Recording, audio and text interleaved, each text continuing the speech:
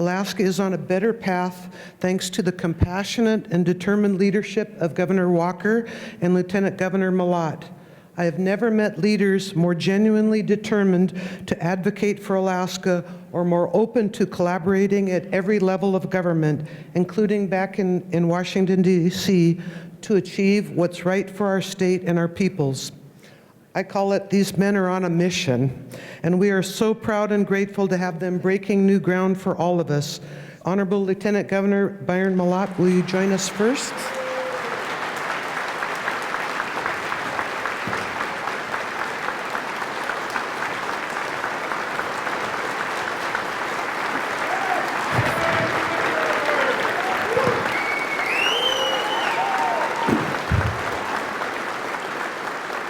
Thank you. Thank you so very much. I can't help but reflect that almost 50 years ago, we formed AFN. It was at a critical time in Alaska's history.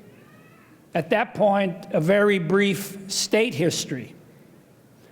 In 1966, Alaska had been a state for just 7 years. The state was rapidly involved with selecting its 104 million acre statehood grant from the federal government of lands across our state. Prudhoe Bay had been discovered. We knew that there was huge change in the air. The federal government's involvement with Alaska lands that for many years had been static was taking on a new importance nationally.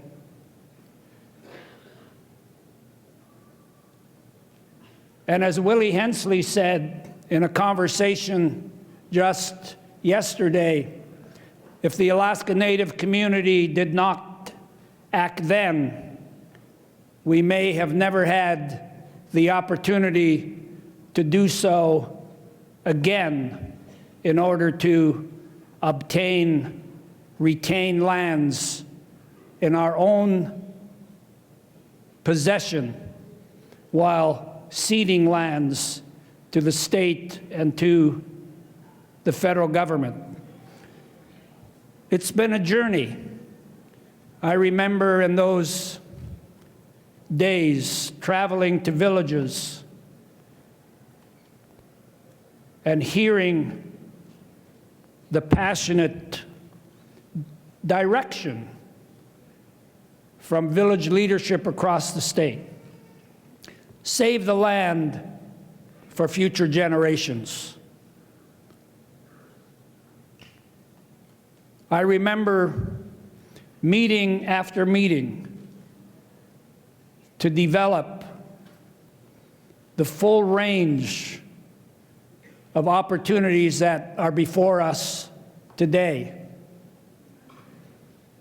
We all knew that we were standing on the shoulders of others. Leadership that for all of the literally 100 years before those early days and years of the 1960s had been saying the very same thing: save our lands for future generations. They were on a journey after first contact with Western civilization that we are still on today. And my journey has been a journey in many ways within AFN. Having served as president of this organization, having sat in a small conference room that I'll never forget with Don Wright and others writing AFN's Constitution. Over the years, dealing with every issue, with every opportunity that the Alaska Native community has had to address. And a number of years later, beginning to realize that if we as Alaska Natives were to achieve our place in Alaska, fully recognized, respected, cherished, that we had to reach out to the larger community and cement those relationships ourselves. It is the first reaching out of a hand that begins a dialogue and an ultimate result of healing and the gaining of respect and the gaining of understanding and the gaining of recognition and the gaining, ultimately, of coming together as Alaskans. I have always had this belief that, looking to the future of my children and my grandchildren, that 50 years from now, they and their children would know who they were as Alaska Native peoples, as Alaska Native individuals.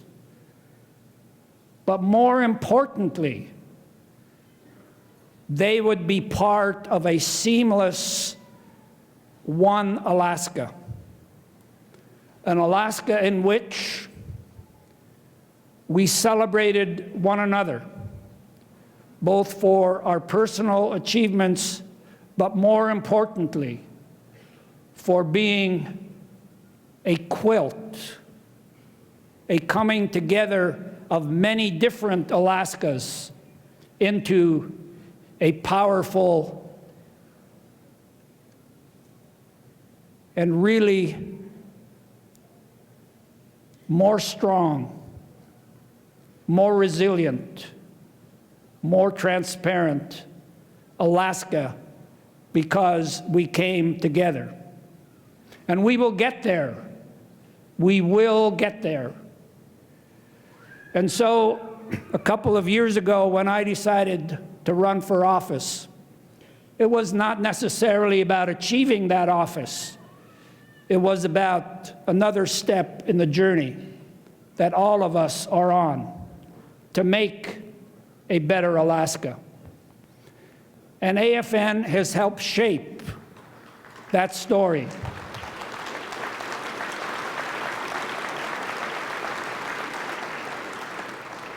In Fairbanks at the AFN Convention in 2013, I had the opportunity at the AFN banquet to ask another candidate to come up on the stage with me and join in a song of celebration of the event